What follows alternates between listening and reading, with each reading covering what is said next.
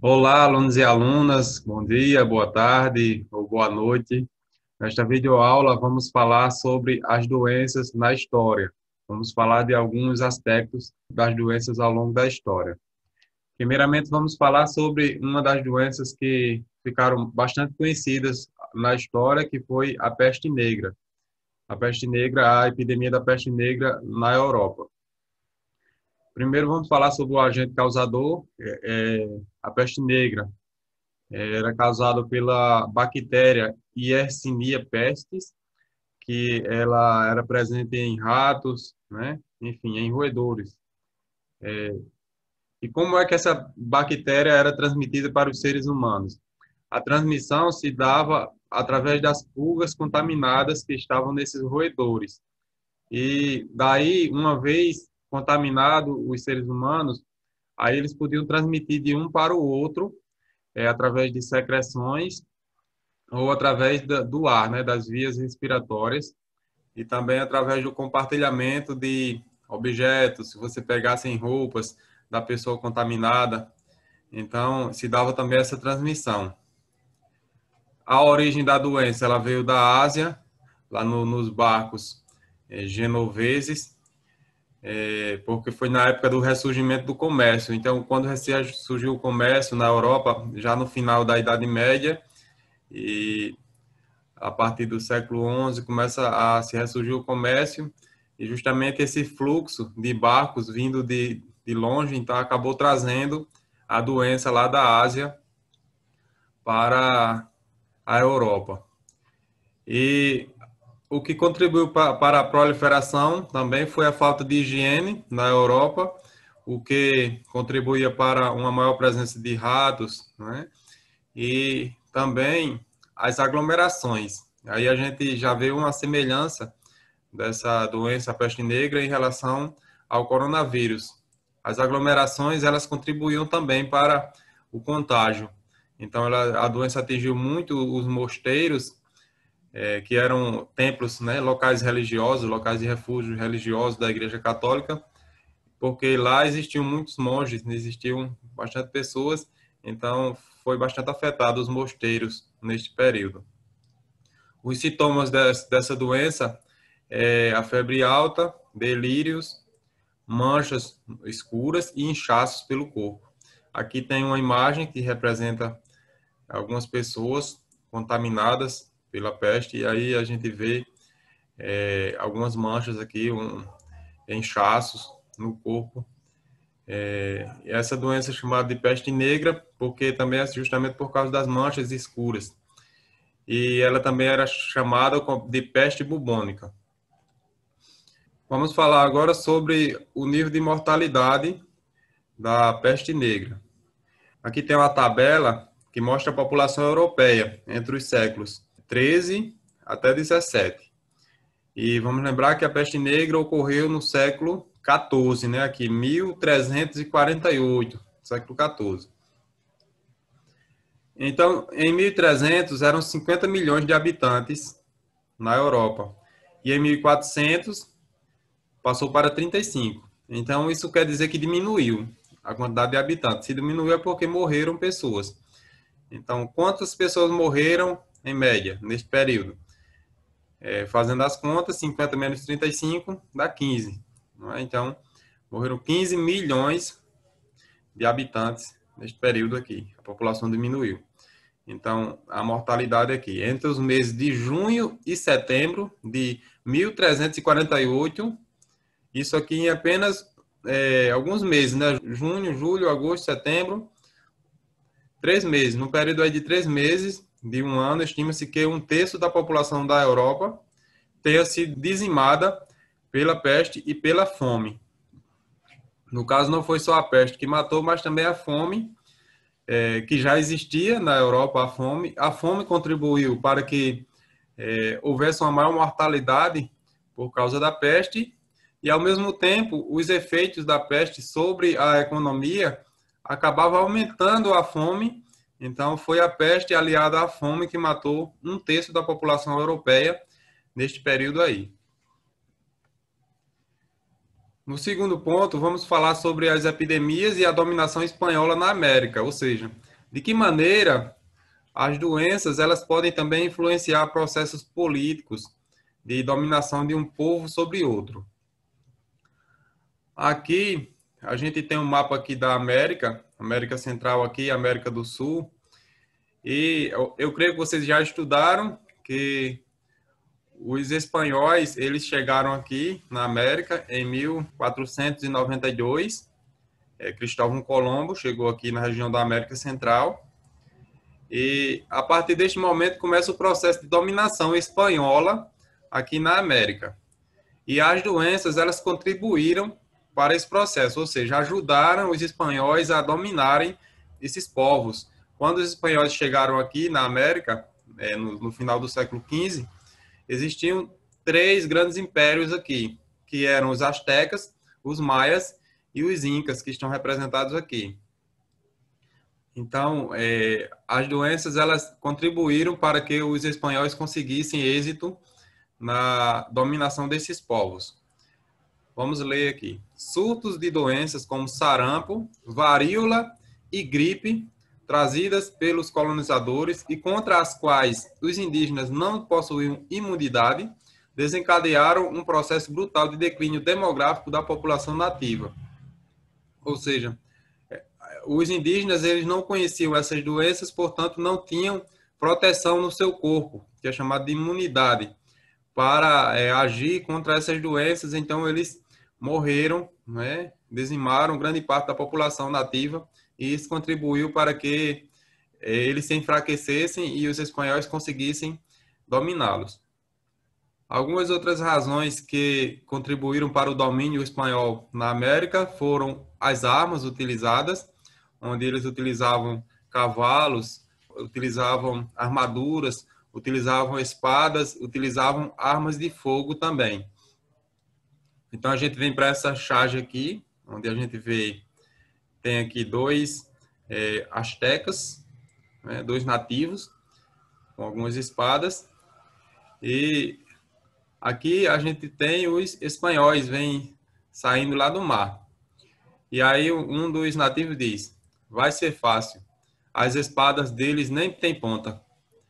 Então, na verdade, o humor, né, a graça dessa charge está no fato de que os indígenas eles achavam que as armas de fogo eram espadas, né, e essas espadas não tinham pontas, mas na verdade não eram espadas, eram armas de fogo.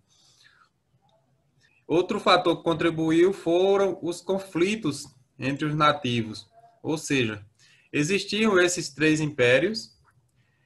O império é uma organização política onde um povo domina diversos outros povos e reúne ele naquele território sob o seu domínio. Aí é chamado de império. Então, os astecas, eles dominavam vários outros povos, várias outras etnias aqui. Então, isso era um império.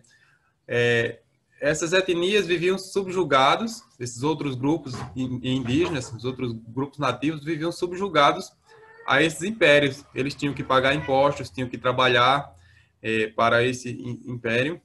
Então, esses povos nativos que viviam sob o domínio desses grandes impérios, alguns estavam insatisfeitos e queriam se livrar desse domínio. Então, isso fez com que eles se aliassem aos invasores espanhóis para justamente derrotar o império ao qual eles estavam submetidos, subjugados. Então, isso foi um fator também que contribuiu para ajudar os espanhóis a invadirem aqui e dominarem esses impérios aqui na América. Também, outro fator foram as crenças dos nativos. Entre os astecas, existia uma crença de que viria um Deus, em algum momento, em algum tempo, viria um Deus chamado Quetzalcóatl. E então, quando eles viram Cortés chegar, o espanhol, no caso, eles achavam que esse espanhol era o Deus. Então, eles receberam esse espanhol pensando que ele era o Deus. Quando eles atiravam com armas de fogo, que os nativos não conheciam, então eles achavam que realmente era um Deus que tinha poder, o Deus do trovão, tinha poderes sobre a natureza. Então, essas crenças dos nativos também ajudaram nesse processo de dominação. Mas o foco da nossa aula, no caso, é de que maneira as doenças elas contribuem também para esse processo de dominação de um povo sobre o outro. Falamos um pouco sobre as doenças, agora vamos falar sobre os conhecimentos que levam à cura dessas doenças, os conhecimentos descobertos ao longo da história e que levam à cura das doenças. Vamos falar aqui sobre a alquimia. A alquimia foi e é uma prática voltada às transformações da matéria que alia diferentes ciências, como a química, física, astrologia, filosofia, arte, metalurgia, medicina, misticismo e religião. Então, na época existia esse conhecimento chamado de alquimia e que ele englobava diversos outros conhecimentos de outras áreas. Assim, fica evidente que a alquimia não é química. Então, a alquimia não é química. A alquimia é uma mistura de diversos conhecimentos. Trata-se da arte de trabalhar e aperfeiçoar os corpos com a ajuda da natureza. Vamos ver alguns tópicos aqui. Primeiro, sobre a origem da alquimia.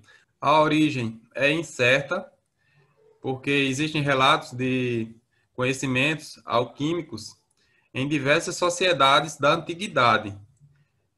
Mas, de certo modo, se entende que foi na antiguidade, no período histórico chamado de antiguidade ou idade antiga, que se desenvolveu a alquimia.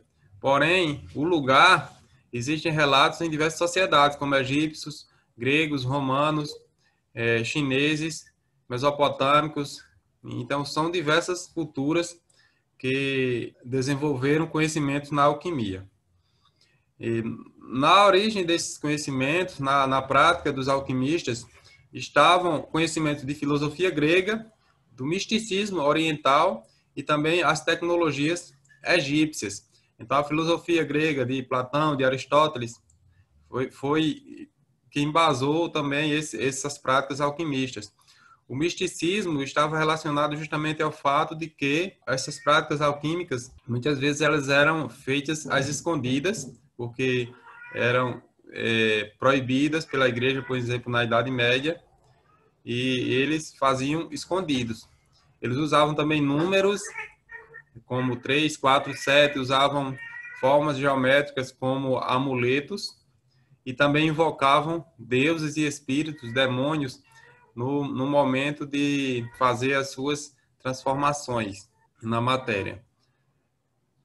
As tecnologias egípcias, a gente tem o exemplo da primeira mulher alquimista da história, Maria, a judia, que foi lá no Egito, na cidade de Alexandria, e que ela produziu alguns equipamentos que são utilizados na química hoje, equipamentos utilizados na destilação, na sublimação e no banho-maria, que são procedimentos químicos.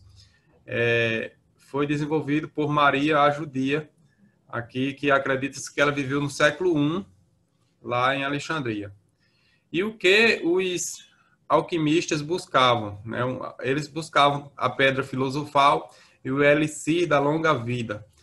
A pedra filosofal, eles acreditavam que era uma pedra que poderia transformar metais comuns em ouro. Então, eles pegariam um metal qualquer, como alumínio ou ferro, e transformariam em ouro, então lucrariam bastante com isso. E o elixir da longa vida era um composto, no caso uma bebida, que iria fazer viver, né, ter uma vida longa, uma vida eterna. E, no final das contas, a alquimia ela trouxe bastante contribuições para as ciências modernas. Ou seja, a alquimia está na base das ciências modernas. A gente fala muito da química, mas a alquimia desenvolveu conhecimento em diversas áreas, como a gente já viu. Então, foi importante também para a medicina, estudando as doenças, estudando a produção de medicamentos. Este foi um dos conhecimentos importantes, né, desenvolvido na história, que está na base das ciências atuais e que, portanto, tem contribuição para o enfrentamento das doenças, não só na antiguidade, mas também atualmente. Isso é uma coisa bastante interessante da gente ver na história, porque esses conhecimentos desenvolvidos lá naquela época, na Idade Antiga, esses conhecimentos são importantes para nós também na atualidade. Vamos falar agora, nesse tópico 4, sobre a vacina. Então, atualmente, o centro das discussões na medicina atualmente é a descoberta de uma vacina para o coronavírus. E aí, então, vamos falar sobre a descoberta da primeira vacina. A história da vacina iniciou-se no século XVIII, quando o médico inglês Edward Jenner utilizou a vacina para prevenir a contaminação por varíola, uma doença viral extremamente grave que causava febre alta, dores de cabeça e no corpo, lesões na pele e morte. A varíola foi a primeira doença infecciosa que foi erradicada por meio da vacinação. Vamos ver os tópicos aqui. A origem, no caso, da vacina na Inglaterra, no ano 1796, portanto, no século XVIII. E como a vacina ela foi descoberta? Este médico, Edward Jenner, ele percebeu que algumas pessoas que ordenhavam vacas, elas pegavam uma doença, que depois ficou conhecida como cowpox, ou seja, a varíola bovina. Então, essas pessoas que pegavam essa doença da vaca, elas não pegavam a varíola humana, elas ficavam imunes à varíola humana. Então, o que ele fez foi um experimento. Ele pegou o pus de uma mulher que tinha pegado a varíola bovina, no caso, a doença da vaca, a cowpox. Ele pegou o pus e inoculou num garoto de 8 anos. Este garoto teve uma doença leve, e em alguns dias ele estava curado. E depois ele pegou o pus de uma pessoa que tinha a varíola humana, que era mais grave que a varíola bovina. E aí ele colocou esse pus nesse garoto e ele não teve a doença. Então ele entendeu que o garoto ficou imune à varíola humana após se inocular a varíola bovina, a varíola da vaca, nesse garoto. Daí ele chegou à conclusão que isso era uma vacina. E as repercussões da descoberta. De início, houve resistências à vacina. Aqui a gente tem uma charge, onde mostra uma pessoa aqui, uma mulher se vacinando, né? O médico vacinando ela. Preste atenção nesse olhar de terror desta mulher, ela está com muito medo de tomar essa vacina. Aqui ao redor existem diversas pessoas e o que chama atenção são que essas pessoas estão desenvolvendo algumas reações que saem bezerros, vacas do seu corpo, não é? Na verdade, a pessoa quis criticar a vacina, passando a ideia de que se a pessoa fosse tomar a vacina, poderia ter uma reação aí adversa e virar uma vaca ou um boi. Foi uma forma de criticar. As pessoas, na verdade, tinham medo, não sabiam o que poderia acontecer. Mas depois a vacina passou a ser aceita mundialmente, né? E a vacina chegou ao Brasil em 1804. Já em 1904, um século depois da vacina chegar ao Brasil, houve uma vacinação obrigatória justamente para erradicar a varíola no Brasil, que eram uns problemas lá, na verdade, no Rio de Janeiro, essa vacinação obrigatória. E essa obrigatoriedade da vacinação e o desconhecimento das pessoas sobre a segurança da vacina acarretou uma revolta lá no Rio de Janeiro, em 1904, que ficou conhecida como Revolta da Vacina.